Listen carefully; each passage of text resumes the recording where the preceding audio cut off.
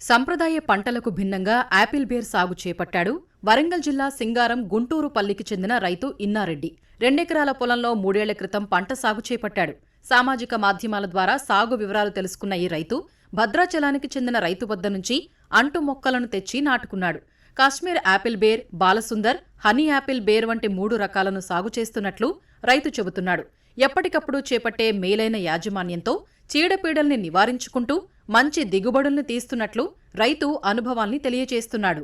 నేను ఇక్కడ red Apple bear 2 ఎకరాలలో సాగు చేయుచున్నాను. అంతకుముందు పత్తి, మిర్చి, మొక్కజొన్న ఇవి పండించేవాళ్ళం. తర్వాత డిఫరెంట్ గా చేద్దామని ఆలోచన చేసే వరకు మాకు యూట్యూబ్ లో ఈ వంగడం దొరికింది. భద్రాచలం పోయి ఆయన ఫీల్డ్ చూసి మళ్ళీ అక్కడ నుంచి సీడ్ సెలెక్షన్ చేసుకొని తీసుకొచ్చి వేసినాము. 2 acres లో వేసినాము. 3 years అవుతుంది. ఫస్ట్ ఇయర్ మనకు వచ్చేసి ఒక్కొక్క చెట్టుకి 10 kgల వరకు వచ్చింది. సెకండ్ ఇయర్ వచ్చేసే వరకు 27 కిలోలు వచ్చేసింది. మనకు మెయిన్ ఏంటంటే ప్రతి సంవత్సరం మే ఎండింగ్ కల్లా మనం ప్రూనింగ్ చేయాలి.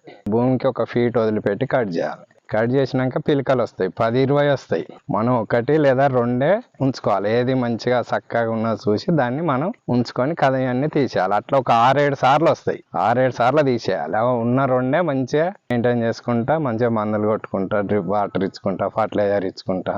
డ్రిప్ ఫర్టిలైజర్ ఎక్కువ ఇవ్వాలి.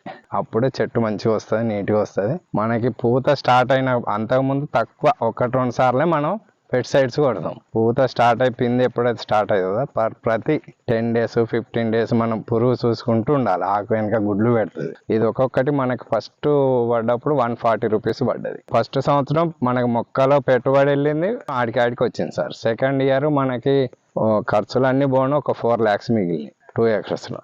ఈ సంవత్సరం కొంచెం తక్కువ, అంటే వాతావరణం పైరలు బాగా వచ్చి కొద్దిగా క్రాప్ తక్కువ అయింది. ఈ సంవత్సరం పెద్దగా డ్యామేజ్ ఏం కాలే కానీ కొద్దిగా తగ్గుద్ది. కాశ్మీర్ రెడ్ యాపిల్ బేర్ ఒకటి ఉంది, బాలసుందర్ ఒకటి ఉంది, ఇంకోటి హనీ యాపిల్ బేర్ అని చిన్న ఉంటాయి, స్వీట్ ఉంటాయి. రిలయన్స్లలో అమ్ముతారు సార్ ప్యాక్ చేసి 140 half kg. ఆ ఫ్రూట్ కూడా ఒక 10 plants ఉన్నాయి. యాపిల్ బేర్ సాగులో రైతుకు అవసరమైన సాగు పరిజ్ఞానాన్ని ఎప్పటికప్పుడు తెలియచేస్తున్నట్లు మామునూరు కేవీకే శాస్త్రవేత్తలు చెబుతున్నారు. అధిక ఎండల్ని తట్టుకుని తక్కువ నీటి వినియోగం ఉన్న ఇలాంటి పంటల్ని అవకాశం ఉన్న రైతులు సాగు చేసుకోవాలని సూచిస్తున్నారు. ఇన్నారెడ్డి గారు ప్రస్తుతం సాంప్రదాయ పంటలైనటువంటి వరి, మొక్కజొన్నలో దిగుబడులు తగ్గడం వల్ల ఒకసారి పంట వేస్తే సంవత్సరం మొత్తంగా ఆదాయం రావాలనే ఉద్దేశంతో ఈ కాశ్మీర్ యాపిల్ బేర్ని సాగు చేయడం జరుగుతుంది. ప్రస్తుతం ఈ పంట అయితేనేమో 3 సంవత్సరాల వయసులో ఉంది.